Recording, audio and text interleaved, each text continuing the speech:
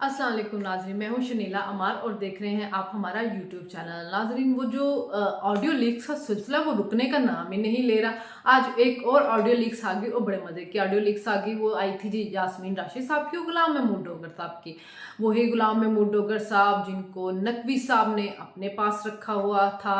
और नकवी साहब कौन? मज़ाहिर अली नकवी, जो हमारे सुप्रीम कोर्ट के जज हैं, जिनके बारे में परवेज़ इलाही साहब ने कहा था कि जी नकवी साहब को केस लो आओ ना। पटवीदा पट्टी भट्टी जो है वो आपको याद ही होंगे कि जो दस्ते रास हैं इनके परवेज़ इलाही के कौमी असम्बली के अंदर सेक्रेटरी और सारे वो जेल में बैठे फर राज बोल रहे थे। तो परवेज़ इलाही साहब को मसला हो गया था। तो फिर देखें जी हमारे जज साहब की कारनामे देखें कि वो एक मुजरिम नहीं, सॉरी, मुलजिम को जो करप्शन के इल्ज़ामात में जेल में बैठा हुआ है और वहाँ पे बैठ के बता रहा है कि हम क्या क्या कारनामे अंजाम देते, उसको निकाल के अपने साथ ला के बिठाया हुआ है उसने। और परवेज़ इलाही उनके साथ बात किस तरह से कर रहे हैं, आप ये देखो यार ओ मैं आ रहा ना, वो चल छाड़, मतलब एक सुप्रीम कोर्ट के जज से बात करने का तरीका। ये सुप्रीम कोर्ट के जज उस दिन सेक्रेटरी इलेक्शन कमीशन को जो थे कितनी बुरी तरह से डांटे थे। जस्टिस मुनीब अख्तर उनको कहते हैं आप मेरे सामने बात कर रहे हैं, आप चुप रहें। मतलब एक इख्तियार मिला हुआ ना, आप सुप्रीम कोर्ट के जज हैं, आप किसी को भी सजा दे सकते हैं, आप किसी पे भी तौहीन लगा सकते हैं। आज राना मशहूद ने तो है बहुत धमाकेदार प्रेस कॉन्फ्रेंस की, उन्होंने तो उड़ा के रख दिया। जजों को उन्होंने लगानी है तौहीन लगाएं, भेजना जेल हमें भेजें, लेकिन आप लोगों की इस तरह का कॉन्डक्ट नहीं चलेगा। मुजाहिर नकवी को इस्तीफा देना पड़ेगा। तो ये जो ऑडियो लीक्स थी उसके तहत फिर हमने देखा कि अगले दिन ही बजाय इसके कि वो इस्तीफा देते, अच्छा वो जो ऑडियोज थी उनको माना भी जा चुका है। एक तो परवेज़ इलाही ने कहा कि देखें जी अब ये वक्त आ गया कि जजों की टेप रिकॉर्ड फोन रिकॉर्डर यानी कि वो असली थी। फिर वो जो सुप्रीम कोर्ट बार के जो सदर हैं आबिद ज़ुबैरी साहब, उन्होंने भी कहा कि जी इस तनाजुर में बात नहीं हो रही थी। फिर आबिद ज़ुबैरी साहब जो है वो उनके बारे में कहा गया मुबैना तौर पे पड़ा है जी कि वो 2 करोड़ रुपए एक केस का लेते हैं। तो ये जो डोगर है इसने 2 करोड़ रुपए कहाँ से लिया था कि इसने इसको अपना वकील कर लिया हुआ था। तो अब पता चला जी वकील तो किसी और ने उनको किया हुआ था। क्यों किया हुआ था, किस लिए महमूद डोगर चाहिए था, वो आज जो यास्मीन राशिद की लीक्स ऑडियो आई है उससे पता चल गया।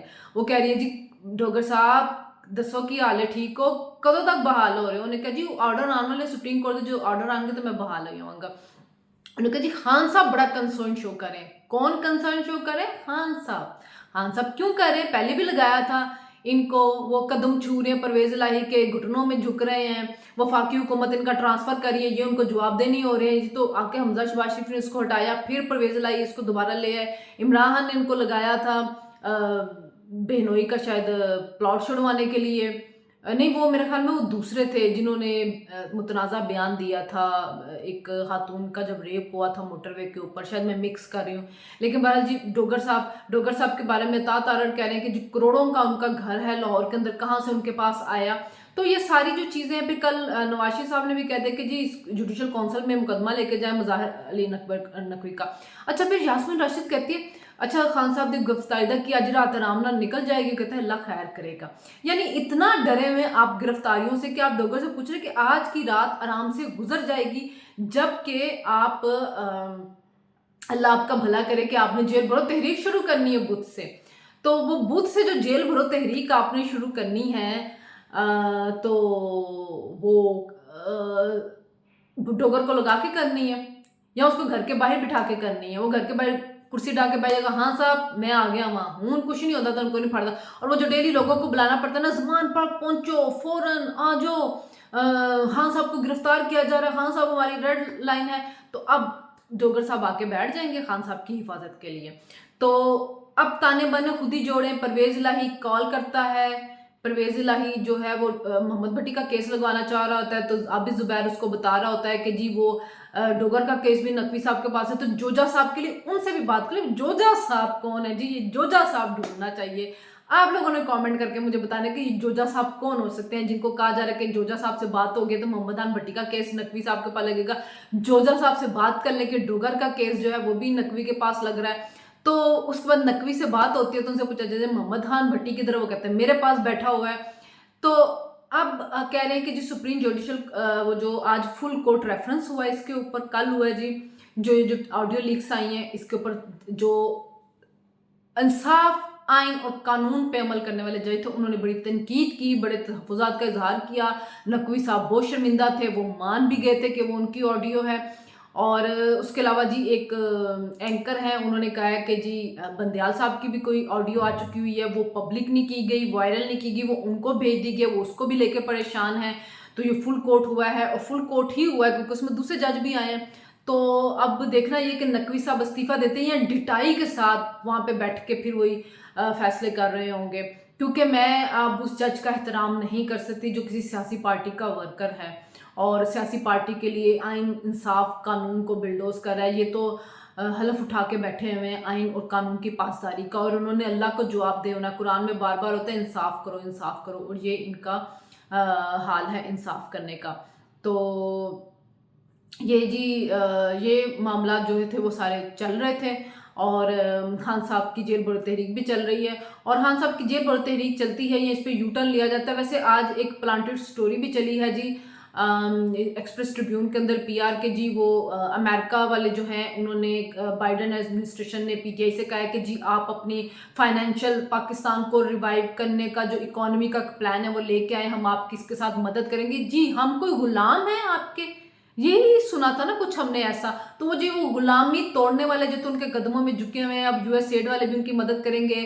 और हमें कहा जाता था कि जी ये अपोजिशन में फॉरेन डिप्लोमेट से क्यों मिलते हैं, तो खान साहब खुद भी मिल रहे हैं और अपने लोगों को भी जाके भेज रहे हैं। और अब कहा जा रहा है कि ये एक मेरे ख्याल में एक पीआर स्टोरी चलाई जा रही है, और इसलिए चलाई जा रही है ताकि लोगों को अपने लोगों को जो इर्द गिर्द टिकट होल्डर हैं उनको एक लॉलीपॉप दिया जाए कि जी हमारे मामलात अमेरिका के साथ बेहतर हो रहे हैं, तो अमेरिका के साथ बेहतर हो गए तो हम दोबारा इक़्तिदार के अंदर आ जाएंगे, तो आप कहीं मत जाइए, इंतज़ार करें, यहीं पे रुकें। और शायद वो उनको इसलिए भी तैयार करें कि आप जेलों में जाएं, क्योंकि कोई 5 लीडरान ने जाना है, 200 वर्कर्स ने जाना है, तो जेलों में बड़ी जगह है। खान साहब बंदे तो लाएं, बंदे लाएं, जेलों में बहुत जगह। और मेरे ख्याल में खुद आगे चले ना, चल के कोई मिसाल कायम करें, फिर लोग आते हैं। देखिए जो लीडर होता है वो जेल में जाता है मुस्कुराता हुआ, हंसी खुशी, फिर उसके पीछे जो है ना वो दूसरे लोग भी जाते हैं। एक फिल्म थी राम जाने, उसमें जो थे वो क्रिमिनल थे, शाहरुख खान, तो उनको देखते हुए कुछ यतीम जो यतीमखाने के लड़के थे वो जो बड़े हो रहे थे, तो वो उनका आइडियल बन गया था। और राम जाने उस वक्त वो कहता था कि अपन जेल में जाएगा, फांसी चढ़ेगा, कोई कुछ नहीं, डरते हैं। और वो जो उसको लड़के उसको फॉलो कर रहे थे वो भी फांसी फांसी का खेल करना शुरू कर देते। तो फिर राम जाने का दोस्त उसको कहता है कि अगर तुम इसी तरह हिम्मत जुर्रत के साथ जाओगे तो इन लड़कों के लिए गलत मिसाल बनेगी। तो फिर वो जो शाहरुख खान थे वो जब उनको लेके जा रहे होते हैं जेलर, तो वो एकदम से गिर के गिड़गिड़ाना शुरू कर देते हैं और चीखें मारते हैं, मुझे बचा लो, मुझे कर लो। एक ड्रामा क्रिएट करते हैं जिससे कि वो लड़के जो विलन बनना चाह रहे थे या क्रिमिनल बनना चाह रहे थे वो सब कहते हो ये तो खुद बुजदिल चूहा है, तो हम इसका करें। तो खान साहब अगर आप राम जाने की तरह वो तो ड्रामा स्टैंड किया, लेकिन जो शुरू में हिम्मत हौसले के साथ वो जो गया जेल के अंदर फिर फांसी पे चढ़ा, आप भी जेल में जाएंगे तो आपको देख के वर्कर जो आपको आइडियल करते हैं वो भी जेल में जाएंगे। लेकिन अगर आप छुप के बैठे रहेंगे और आप इसी तरह खवातीन को बुला लेंगे, बच्चों को बुला लेंगे या डोगर को लगवाएंगे बचाने के लिए, तो फिर आपके पीछे कोई भी जो है वो जेल नहीं जाएगा।